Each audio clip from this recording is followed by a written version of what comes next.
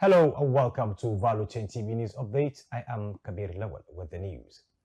And on the Value Chain TV News Update, Governor of the Central Bank of Nigeria CBN, Olayemi Cardoso, has vowed to tackle the commoditization of Naira notes, which has become widespread in the country. Olayemi Cardoso made this vow in a keynote address at the inaugural Stakeholders Conference of the Committee of Heads of Banks Operations in Lagos. He described Naira commoditization as a process by which the national currency is being treated as a tradable asset, with its intrinsic national value being subjected to the principles of capitalism rather than being seen as a means of exchange for economic and items value. In an interview with Value Chain TV, Samuel Aloji has this to say regarding the issue. The report. Personally, I feel like sensitization of the people. People sell Naira because it is being patronized. And so once things are not being patronized, you actually know that it is a wrong thing to do. Personally, I feel like if everybody know that selling of Naira is a bad thing and there are going to be penalties for selling Nairas, then they will stop it. So you cannot go, like you say, the government should stop it. The government can make a decree and the people can choose not to adhere to it. So it is part of a general sensitization that should happen among us Nigerians, so that we should know that that thing is a wrong thing to do, it's a wrong thing to happen. It affects both people that need the cash, it affects both people that wants to live a normal day life. So selling of the Naira is actually one of the worst things to happen to an economy. So I feel like, where is the Naira coming out from? Nobody buys money that are not new. So many people like to buy money, many people like to hold money that are new. But me personally, I feel like if they cut out or they check or they curtail the excesses of people that sell those money and stop the money from coming in flow, from being sold as mint, and looked at it, and it's been looked at from a very, very direct angle, from every angles, so you can see that, and you will know that it is there's a way it is. You look at it from the angle that it's coming from, and you know that, oh, there's a way this thing is like this, is like that. So there are so many places that is being sold, and if the government puts their head down and look at the direction it's coming from, they will be able to stop it. Of course, the commercial bank can work with them, and everybody will have this thing will be a past tense to us in Nigeria. That's just what I think. The Nigerian National Petroleum Company Limited (NNPCL) has reported that the fire incident at its Buguma Wellhead 008, operated by its subsidiary NNPC 18 Operating Limited, was directly caused by the activities of pipeline vandals attempting to steal crude oil. The Chief Corporate Communications Officer of the NNPC, Olufemi Sonaye, said in a press release that the unfortunate act of sabotage, which also resulted in severe damage to the well's back pressure valve, reflects a disturbing pattern of repeated attacks on wellheads in the zone. The statement added that since March 2023, crude oil theft on this asset has been persistent, with criminals now resorting to extreme measures, including the use of dynamite to destroy installations and illegally access hydrocarbons. Moving now to solid mineral issues.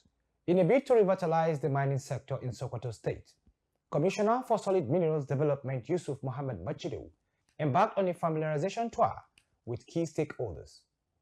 Mohammed Machido's first stop was at Bois Cement Company, where he emphasized the importance of collaboration between the ministry and private sector's companies. A statement by the PRO of the Ministry of Solid Minerals, Aminu Sani, said the commissioner encouraged the company to continue supporting its host communities. The commissioner's tour also took him to a phosphate mining site in Wamako local government area. Still on the Value Chain TV News Update, the Senate has said that the Nigerian census must be held this year after being postponed several times. Senators complained bitterly about the country's lack of population headcount for the past 19 years, which according to them is turning Nigeria into a laughingstock in the Committee of Nations, where credible data for proper planning and not trial and error projections. The senators declared that the national census must be held in Nigeria this year. The chairman of the National Population Censor NPC, Honorable Nasir Isa Kwara, hinted that a biometric model of headcount is being worked on.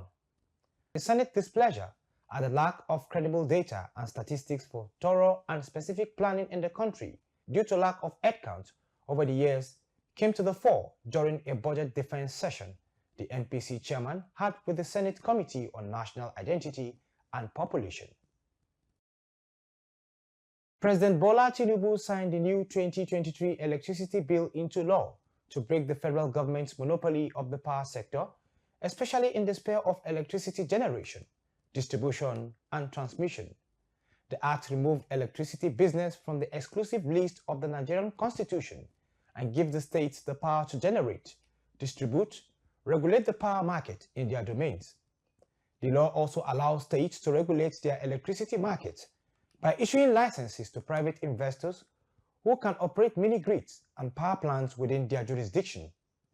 It further empowers states to manage their own electricity markets, allowing them to address their unique energy needs, reduce outages, and attract investment. The Nigerian Labour Congress (NLC) has blamed the frequent grid collapse in the country on the Minister of Power and National Electricity Regulatory Commission (NERC).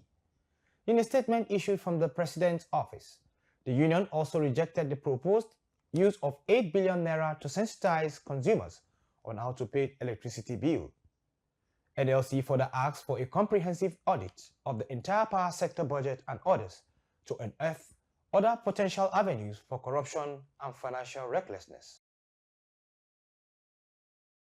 The Nigerian Port Authority (NPA) has reiterated plans to strengthen partnership with the Nigerian Liquefied Natural Gas (NLNG) to boost export activities in the country.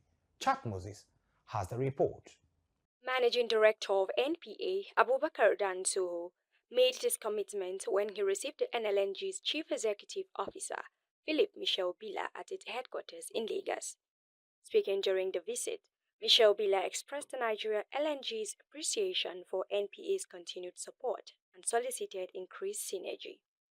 He said the company was expanding its LNG production capacity to take advantage of increased global demand. For Value Chain TV, Chad Moses reporting. And with that, we come to the end of Value Chain TV News Updates. I am Kabir Lowell. Don't forget to join us on all our social media handles for more news, and also subscribe to our YouTube channel. Bye for now.